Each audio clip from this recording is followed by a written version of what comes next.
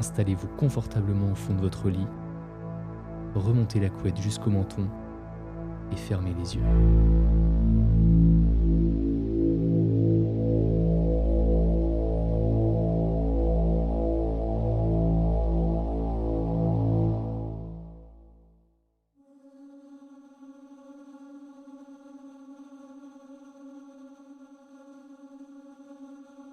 Avant de commencer, pour cette fois, je me suis dit que j'allais répondre à certaines de vos questions les plus brûlantes. Je travaille dans le domaine de l'import-export et j'ai également effectué plusieurs investissements. Je suis aussi très doué pour épargner et je suis fils unique. Alors, quand mon père est décédé il y a quelques années, l'héritage m'a beaucoup aidé. Pour ajouter un peu de contexte, je suis un homme plutôt féminin et je peux pas me laisser pousser la barbe pour sauver les apparences. Je suis maigre, mais je fais de l'exercice pour ne pas avoir l'air trop émacié. Mes amis plaisantent souvent en disant que je ressemble à un minet. Dans le même esprit, j'ai également une faible libido au point d'être presque asexué. Et oui, cela a eu un impact sur mes relations précédentes. C'est important de le faire savoir parce que ça explique les préférences que j'ai établies pour ma femme lors de la commande. Je donnais la priorité à l'apparence, avant tout, puis à l'intelligence, et le sexe était le dernier de la liste. Je ne veux pas passer pour un con, mais je voulais une sorte de femme trophée, vous savez, quelqu'un d'incroyablement belle que je pourrais exhiber au travail, tout en ayant la possibilité de rentrer à la maison avec une maison propre et des repas cuisinés. Je ne sais pas du tout ce que j'espérais obtenir de ce qui se tramait dans l'obscurité de ma cave. La seule chose que je peux dire, c'est que j'ai été soulagé de voir qu'il ne s'agissait pas d'une victime de trafic humain. Mieux vaut de la magie noire ou de la science expérimentale qu'une innocente. Cependant, après avoir suivi toutes les indications, j'ai traversé plusieurs phases d'incertitude. Je me suis d'abord demandé si j'étais complètement fou. J'avais acheté quelque chose en ligne sur un site web peu recommandable après avoir cliqué sur un scam, payé une grosse somme d'argent à une entité inconnue qui, soit dit en passant, apparaissait sur mon relevé de compte comme payé à Satan, avec un éclair à la place du S. Ce qui était, de toute évidence, un nom de société audacieux. Et maintenant, ce que j'avais reçu poussait dans ma cave. L'odeur seule semblait déjà assez mauvaise. Elle l'était déjà quand je l'ai versée dans l'eau, mais au bout de quelques jours, elle était devenue insupportable. L'odeur a traversé la serviette située au bas de la porte et s'est lentement répandue dans le reste de la maison. Pour mon propre bien, j'ai évité les zones de la maison qui étaient touchées et il va sans dire que je n'ai pas invité d'autres personnes. La seule chose que j'ai sentie de toute ma vie qui ressemblait à cette odeur, c'était les fluides pourris d'un bébé mort-né accouché naturellement après sa mort dans le ventre de sa mère quelques semaines auparavant.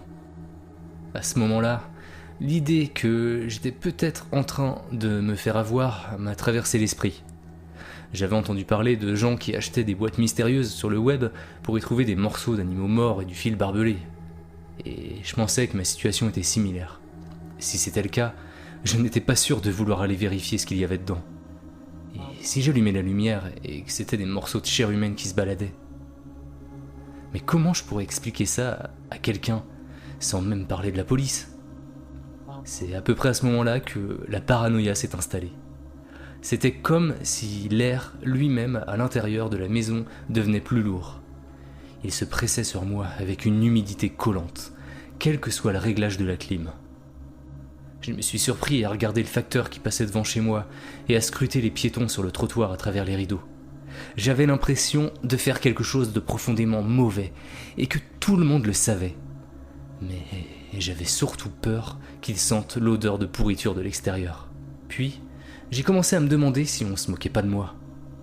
Comment ce qu'il y avait dans ce tonneau pouvait se transformer en femme? Est-ce que je faisais partie d'une expérience gouvernementale? Ma curiosité a pris le dessus une fois de plus, et j'ai décidé d'aller à la porte de la cave pour voir si je pouvais entendre quelque chose.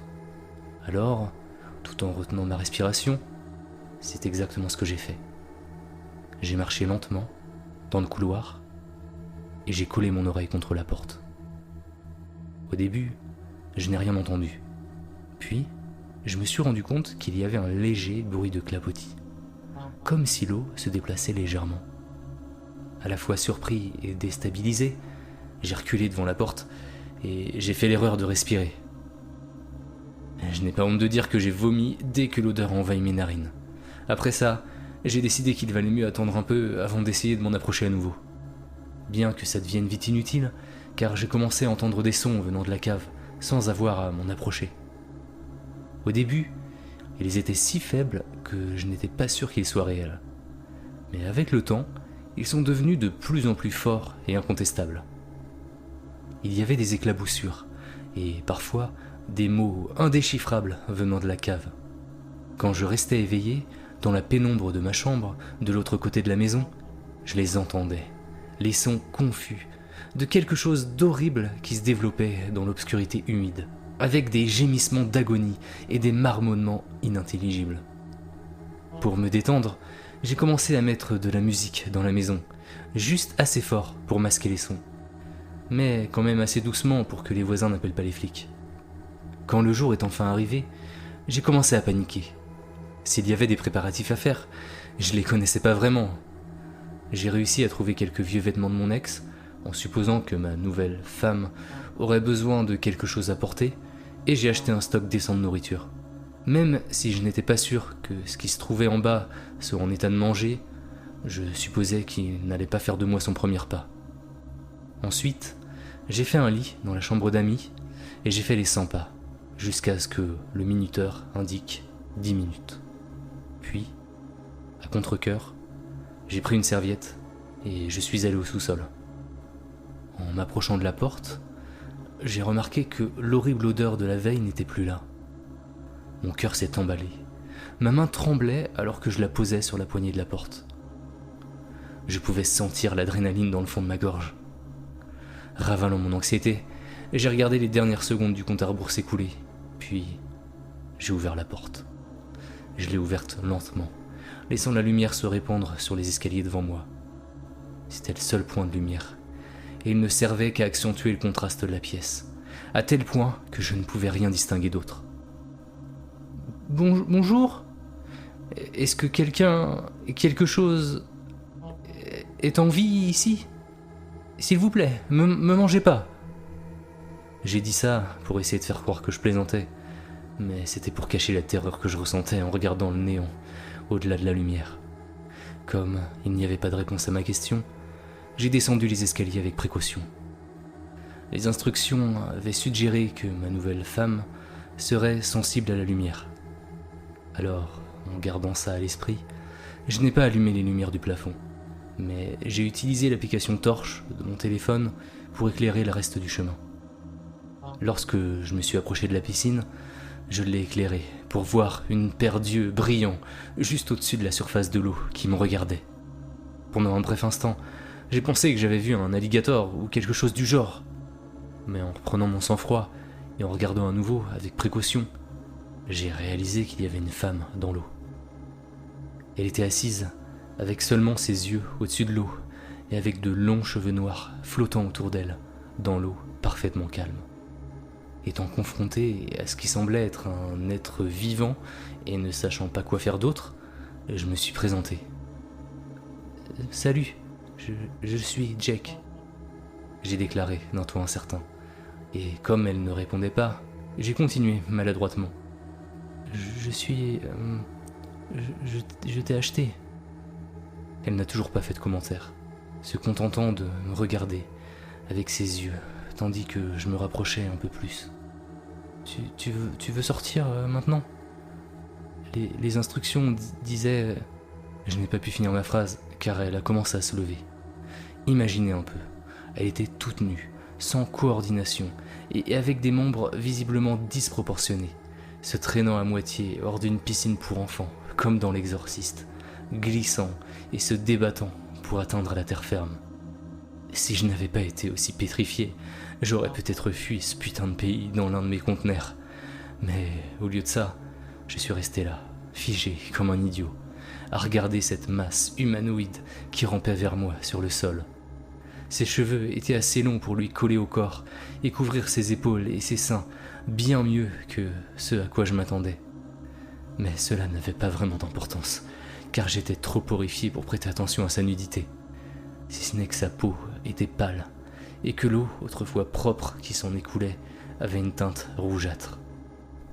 Alors qu'elle me rejoignait, elle s'est arrêtée à mes pieds et a levé les yeux vers moi en tordant son cou dans un angle horrible, avant d'ouvrir la bouche pour gargariser un son étranglé.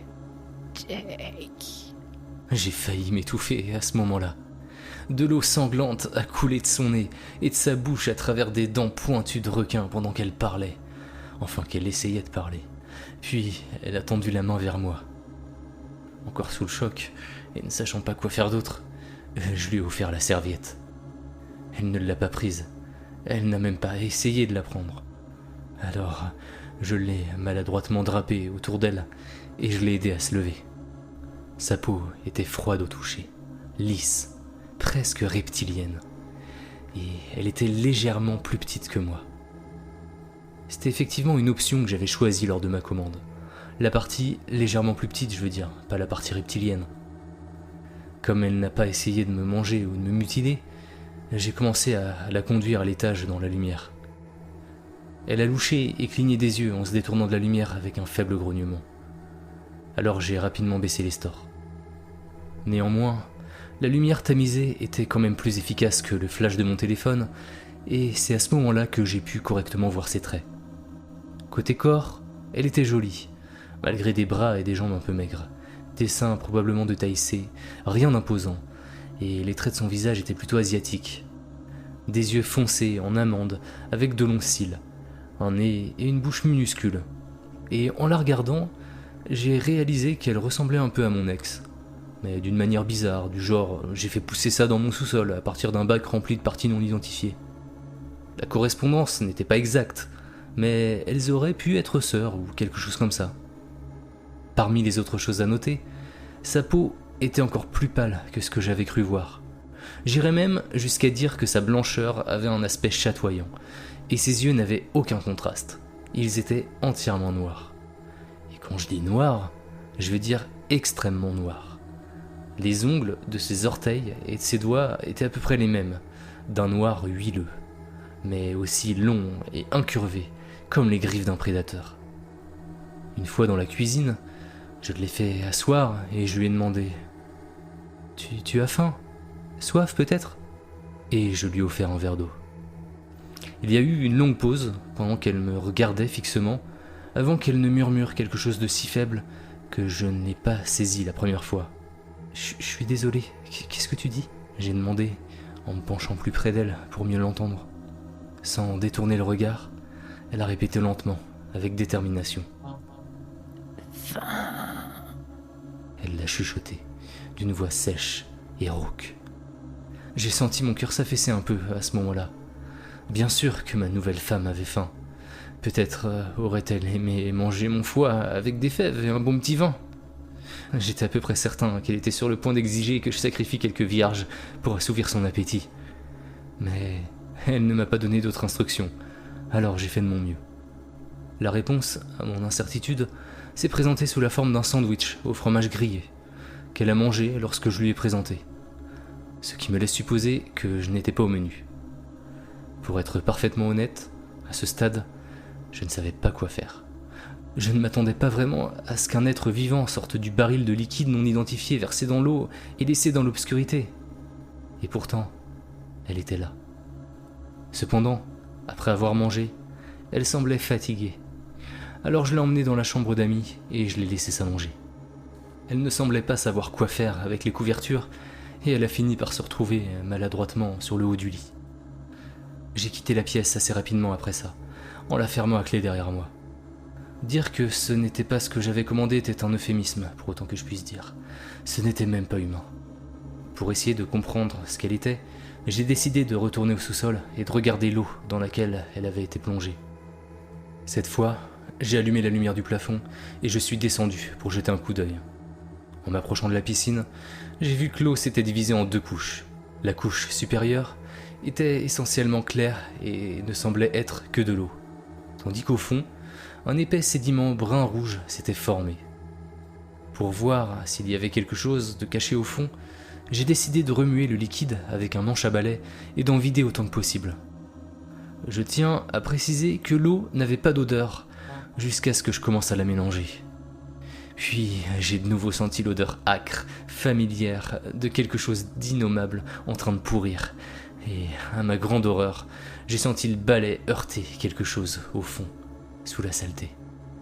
Sans hésiter, j'ai plongé mon bras dans l'eau trouble pour récupérer ce que c'était, en supposant que c'était quelque chose qui était tombé à un moment donné. Mais je me suis retrouvé face à un os qui ressemblait à un fémur humain. Et oui, j'ai encore vomi. Alors que la piscine se vidait, j'ai trouvé une collection d'os, dont je suis sûr qu'ils étaient tous humains. J'ai retrouvé aussi un corbeau mort, et une variété de coques d'insectes, et quelques herbes gorgées d'eau que je n'ai pas pu identifier. Je vous épargnerai la plupart des détails concernant la façon dont je me suis débarrassé de ces objets, à part que ce n'était pas facile, que cela a pris presque toute la nuit, et que je me suis évanoui juste après. Je me suis réveillé le lendemain matin, avec le son de ma télé qui diffusait des publicités, et j'ai bondi pour vérifier la chambre d'amis. Quand j'y suis arrivé, la porte était ouverte, le verrou cassé, et la femme n'était pas là. À ce moment-là, je peux vous dire que j'en menais pas large.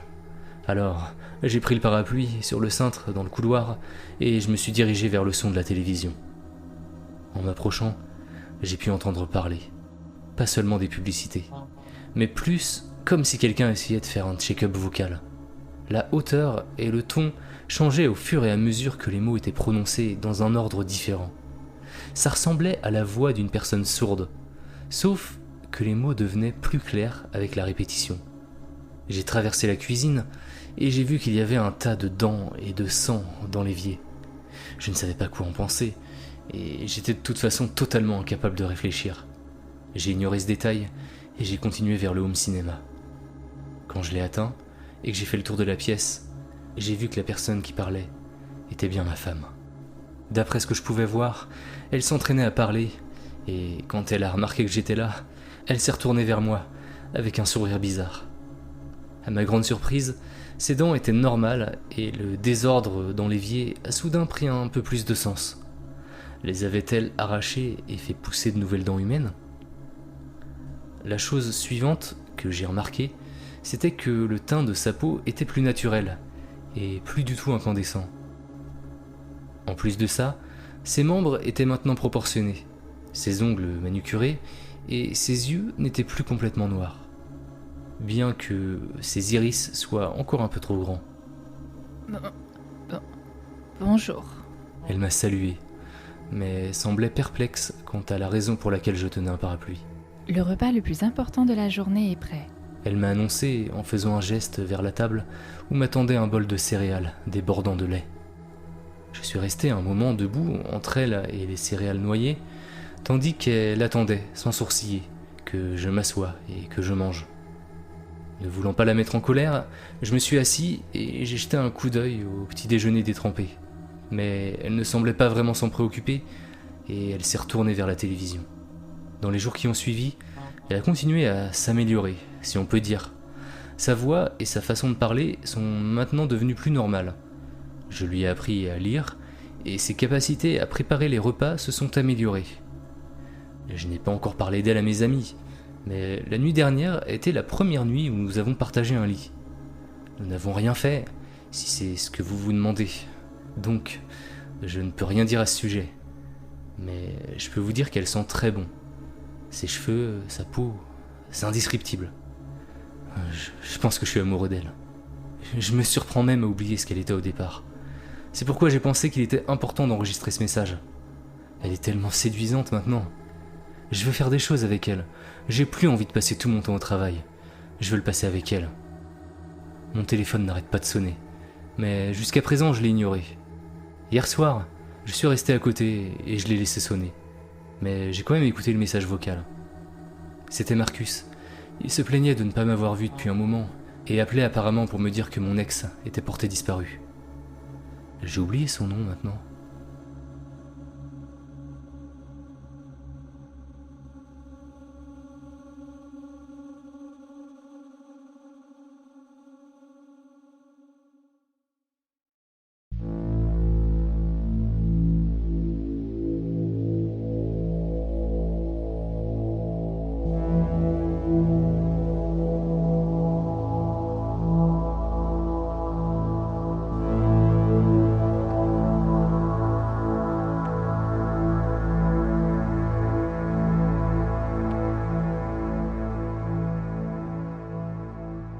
il est maintenant temps de trouver le sommeil. À bientôt.